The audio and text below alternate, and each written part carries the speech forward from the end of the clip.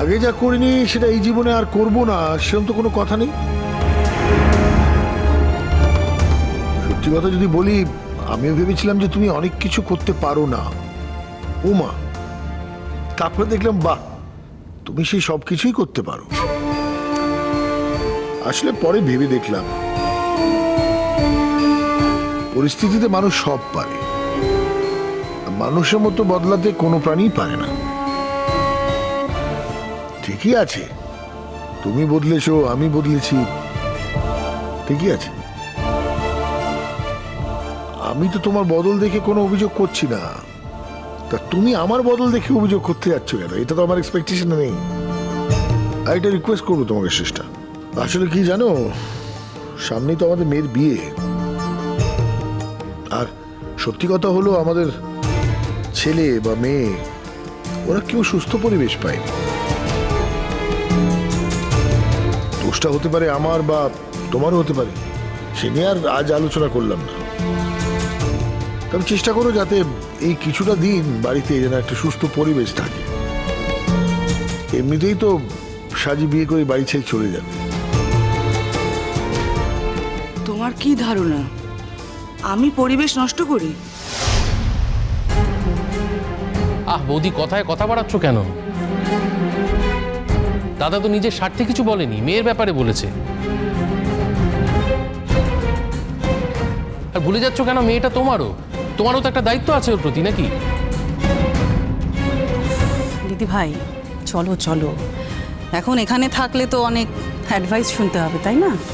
জানোই তো ওরা যা করে সব ঠিক, আর আমরা যা করি তার সবটাই তো ভুল।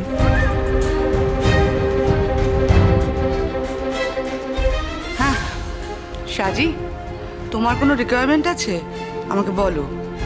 তুমি কিছু চাও? না আমার কিছু চাওয়ার নেই। না, কিছু পছন্দ হলে আমাকে বলো, আমার জেনে রাখা ভালো, তাই না? বললাম তো আমার কিচ্ছু চাওয়ার নেই, আমি শুধু চাই এ বাড়িতে একটুখানি শান্তি। তুমি যদি আমার এই চাওয়াটা পূরণ করার ব্যাপারে একটু সাহায্য করতে, তাহলে আমার সব চাওয়া পূরণ হয়ে যেত।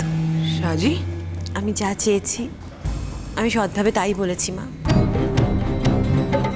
তোমার খারাপ লাগতেই পারে, কিন্তু আমার চাওয়াটা সত্যি। চলো চলো দিদি ভাই, এখানে থেকে কি লাভ বলো তো? আর আমার তো মনে হয় তোমার সব দুঃখকে জয় করা হয়ে গেছে দিদি ভাই।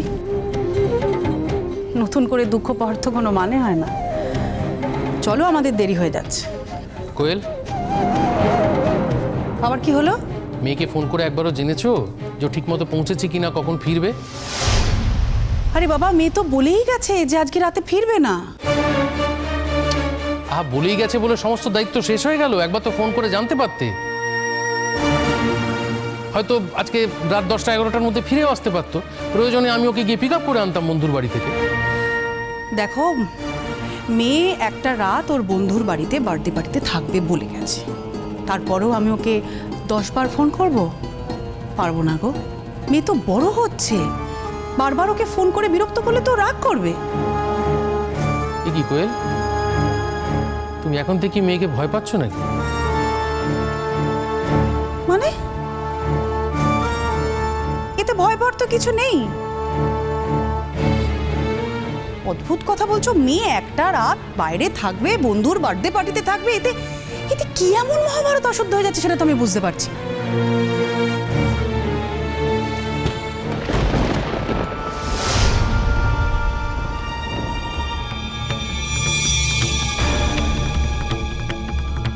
এই তো কখন এসে গেছে।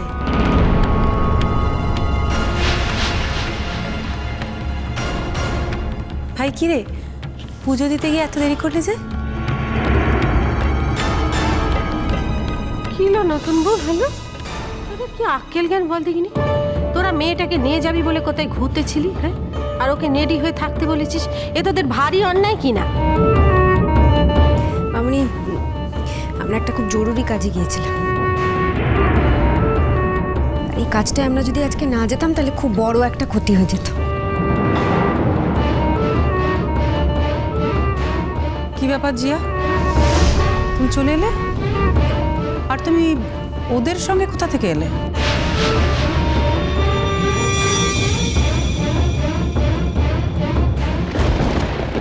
কিরে, তোর বন্ধুর জন্মদিনের পার্টি ক্যান্সেল হয়ে গেল নাকি? হ্যাঁ কুট্টি, ওর বন্ধুর জন্মদিনের পার্টিটা আমরা ক্যান্সেল করে দিয়েছি। ছাড়, তাই ও বাধ্যতামূলক আমাদের সাথে এসেছে। যদি না আসতো অবশ্য টানতে টানতে কিভাবে বাড়ি আনতে হয় সেই ব্যবস্থা করতে হতো।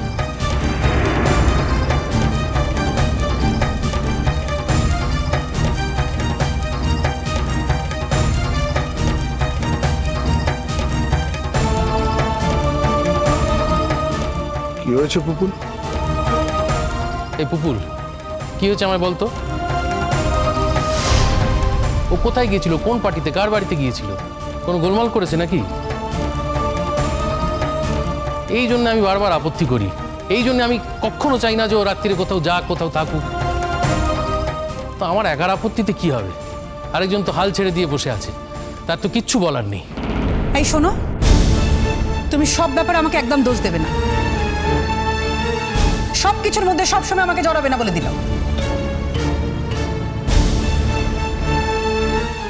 কোথায় গিয়েছিলে মা? হ্যালো জি মা, দাদা কি বলছে মা গো? হ্যাঁ, উত্তর দে মা। বন্ধুর জন্মদিনে যাসনি? জিজ্ঞেস করো না মামনি, এই কথাটা তোমরা কেউ জিজ্ঞেস করো না। আর ওকে তো জিজ্ঞেস করোই না, ও তো বলতেই পারবে না মুখ ফুটে। তবে এইটুকু জেনে রাখো, ও যেখানে গেছিল সেখান থেকে ওকে ওকে না নিয়ে এলে আমরা একটা সর্বনাশ হয়ে যেত। শুধু ওর সর্বনাশ হতো না, সঙ্গে সঙ্গে আরেকজনের সর্বনাশ হতো। সেই জন্য তোমরা এই কথাটা জানতে চেও না।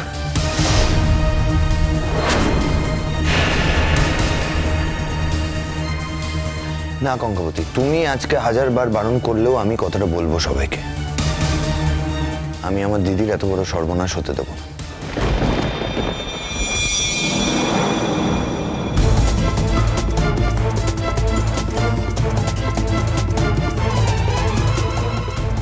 সাজির সর্বনাশ জিয়া করবে?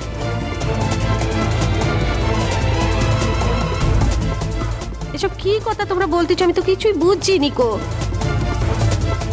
এসব কি অলক্ষণে কথা বলছো বলো দেখিনি? আমার গা হাত পা কাঁপতেছে।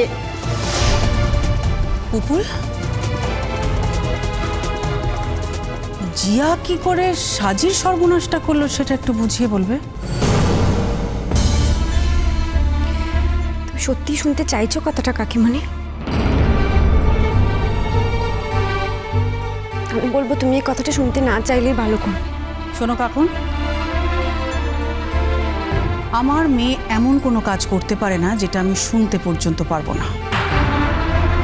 কাকন, ঠিক কি হয়েছে আমায় একটু খুলে বলো তো। বাবা, এই বিয়েটা হবে না।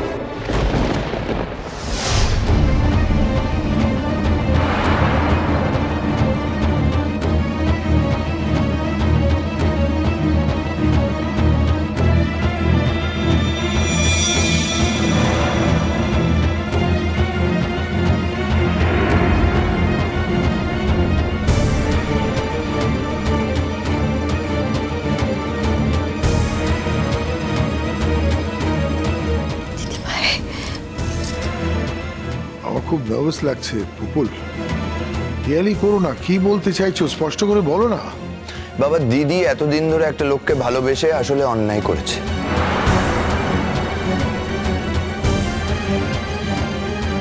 সৌরভদার সাথে দিদির বিয়ে কখনো হতে পারে না, কোনোদিন না।